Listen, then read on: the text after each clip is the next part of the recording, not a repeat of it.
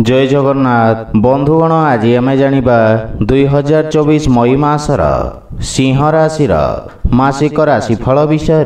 एही मासिक राशिफल ग्रहंक स्थिति और चलन को नहीं आधारित एवं ग्रहंक स्थिति और चलन आम जीवन रे बहुत प्रभाव पकई थाए, जहा फल रे आम जीवन रे केबे सुख आसी थाए तो केबे दुख आसी थाए। सेथिपई ग्रहंक स्थिति और चलन को नहीं आमे पारिवारिक जीवन, वैवाहिक जीवन, आर्थिक स्थिति, शिक्षा, व्यवसाय एवं स्वास्थ्य विषय रे संपूर्ण विश्लेषण करी कहिबो। सेथिपई वीडियो को शेष पर्यंत देखंतु और जो माने आम चैनल को नुआ करी आछंती तळे थिबा लाल रंगर सब्सक्राइब बटन को दबाई आम चैनल को सब्सक्राइब करंतु और पाखरे थिबा घंटी बटन को दबाई ऑल रे सिलेक्ट करंतु, काहेकि ना आमे अपलोड करिथिबा प्रत्येक वीडियो रो नोटिफिकेशन आपण सर्वप्रथमे पाई परिबे। बंधुगण सिंह राशि व्यक्ति 2024 मई मासटी उच्च नीचर स्थिति रहिबा, सेथिपई आपणको महत्वपूर्ण क्षेत्र रे ध्यान देवार आवश्यकता रही। मासर प्रारंभ रे ही दशम भावर स्वामी शुक्र नवम भाव रे उच्चस्थ सूर्य और बृहस्पति सहित विराजित रहिबे, जहा फल रे आपणको विशेष लाभ परिणाम प्राप्ति हेबा। चाकरी क्षेत्र रे स्थान परिवर्तन प्रयास करुथुवा व्यक्ति को सफलता मिलिबा। उत्तम स्थानांतरणर मध्य संभावना रही। मासर द्वितीयार्ध रे सूर्यदेव 14 मई को दशम भाव को गोचर करिबे, तथा ही समय आपण को अधिक फल प्रदान करिबा। सरकारी चाकरी क्षेत्र रे जड़ित व्यक्ति को विशेष सफलता मिलिबा।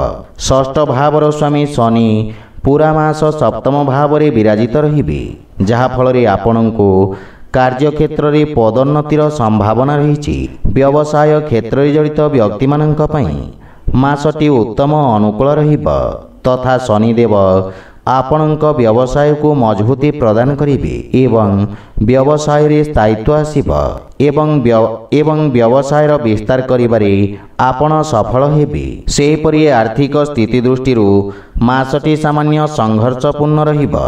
अष्टम भाव रे राहु, मंगल और बुधंक उपस्थिति कारणरू आर्थिक क्षेत्र रे कठिन स्थितिर सामना करिबाकू पड़िबा। स्वास्थ्य अवस्था को नै मध्य आपण खर्चांत हेबे, किंतु चाकरी क्षेत्र रे जड़ित व्यक्ति को विशेष लाभ प्राप्ति हेबा। सरकारी क्षेत्ररू आर्थिक प्रोत्साहन प्राप्ति हेबा। व्यवसाय रे जड़ित व्यक्ति को उत्तम धन प्राप्तिर संकेत रही, किंतु शेयर मार्केट आदि निवेश आपणक पई क्षतिदायक साब्यस्त हेबा। प्रेम और वैवाहिक जीवन दृष्टि पंचम भावर स्वामी बृहस्पति नवम भाव रे विराजित रही पंचम भाव को दृष्टि रखिबे, जहा फल रे प्रेम जीवन रे उत्तम सामंजस्य स्थापित हेबा। आपण परस्पर को विशेष महत्व देबे एवं प्रेमीक सहित कोनोसी प्रकार धार्मिक यात्रा मध्य करि पारंती। विवाहित व्यक्ति माननक पई सप्तम भावर स्वामी शनि स्वग्रही होई सप्तम भाव रे विराजित रहिबे, जहा फल रे वैवाहिक दाम्पत्य जीवन सुखमय हेबा।